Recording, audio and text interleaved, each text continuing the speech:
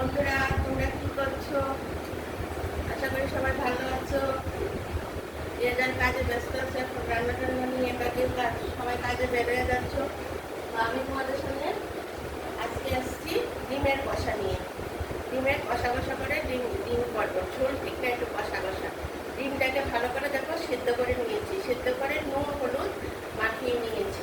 ডিম কষা তো সবাই করো, কিন্তু আমি কীভাবে করে দেখাচ্ছি। ভালো করে নুন হলুদ দিয়ে এটা মাখিয়ে নিয়েছি।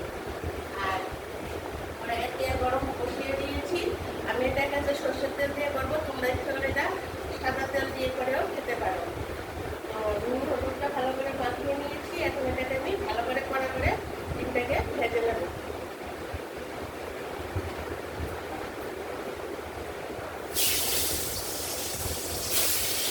যেহেতু আমি কষা করবো, সেজন্য আলুটা তো কিছু দেবো না।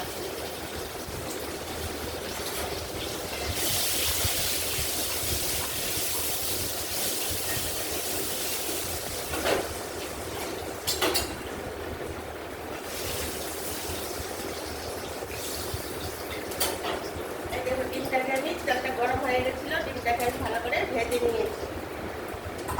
কড়াইয়ের মধ্যে আমি আরেকটু তেল দেবো, তেলটা গরম ছিল।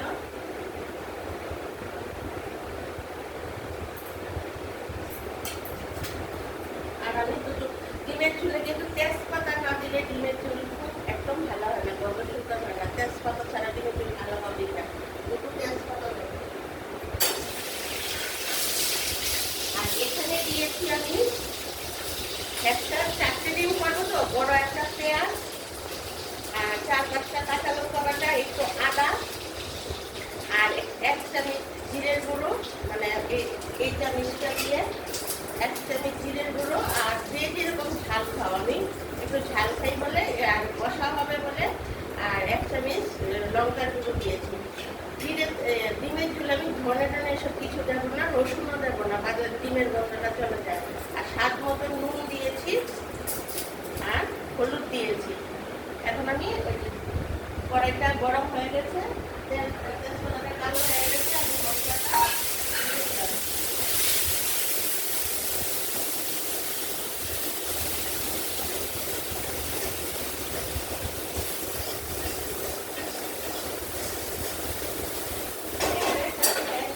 আর অনেকেই রসুন দেয়, কিন্তু রসুন দিলে গন্ধটা বাজে হয়ে যায়। আমার কাছে লাগে আর কি, বাজে হয়ে যায়। এখন আমি অল্প করে চুল দিয়ে দিচ্ছি।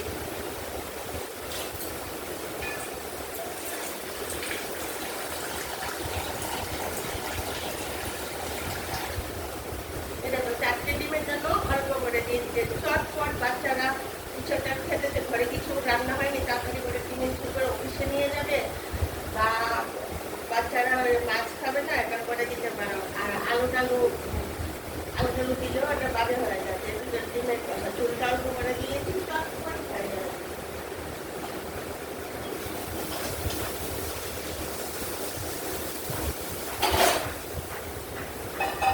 অফিস থেকে আসলে তাড়াতাড়ি করে খাবে, এটা করে দেবে। এখন ডিমটা আমি ছেড়ে দিচ্ছি।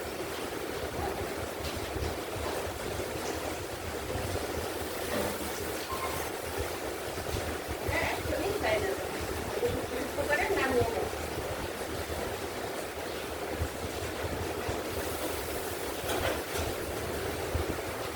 বন্ধুরা, তোমরা আমার সব ভিডিও দেখছো তো? আমি কিন্তু নানা রকমের মাছ প্রতিদিন দিচ্ছি। আজকে আমি কোনো মাছের প্রিপারেশন দিচ্ছি না, প্রতিদিন মাছের প্রিপারেশন থাকি। তারপরে নিরামিষের, তারপর সব কিছু, তারপর দুপুরেও আসছি লাউঞ্চ নিয়ে, আবার বিকেলেও চায়ের আড্ডায় আসছি, আবার সবজিও দিচ্ছি নানা রকমের ডাল। তোমরা এগুলি দেখবে, সাবস্ক্রাইব করলে এগুলি দেখতে পারবে।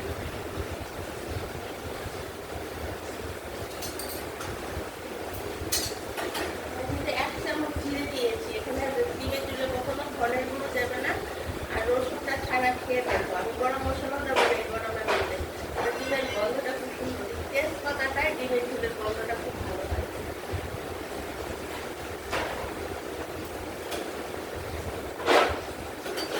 ডিমের ঝোল হয়ে আসছে, তোমাদেরকে দেখাবো। এখন দেখিয়ে দিচ্ছি যতটুকু হচ্ছে ঝোলটা, কিন্তু ঝোলটা তোমরা বুঝে করবে। কেউ যদি মনে করে একটু ঝোল ঝুলি না খেয়ে নেবে, আর যদি মনে করো